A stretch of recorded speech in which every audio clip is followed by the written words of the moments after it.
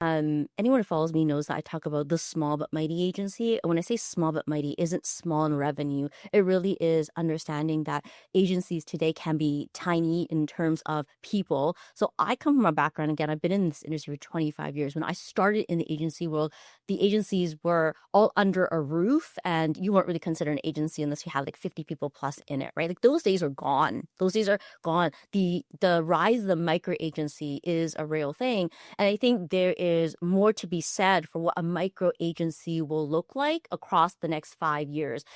And AI plays a part in that. And so I think for agency owners who are looking to niche, there's another advantage there too, because let's face it, the more focused you are in your internal operations in a niche, the more likely you're able to keep things lean inside as well too. And it may not be easy to go hire someone who has the industry knowledge that you have, but hey, that's what creating internal systems and processes are for, right?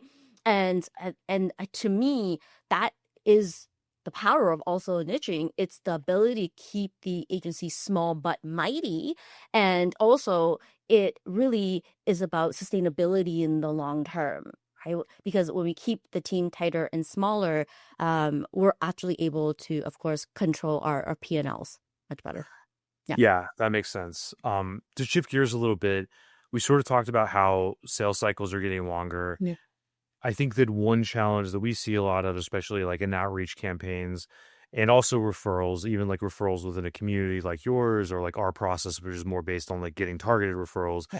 is situations where a lot of people more and more will not talk to a provider unless there is a need right then. So unless they're solution aware and have a need, which is a problem because the likelihood, it's a very small percentage of the market, let's say 3% is the big number you always hear.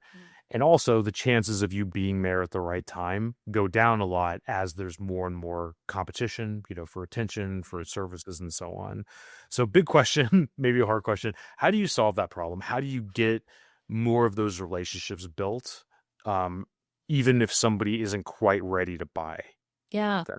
Yeah. You know, the concept of networking isn't new by any means, right? So networking in itself is it has about a rap to it. But when I think of the word networking, I really think of identifying and having others support us in identifying people who make for great relationships that we know we can add value to, and maintaining those relationships, right? That really is what networking is.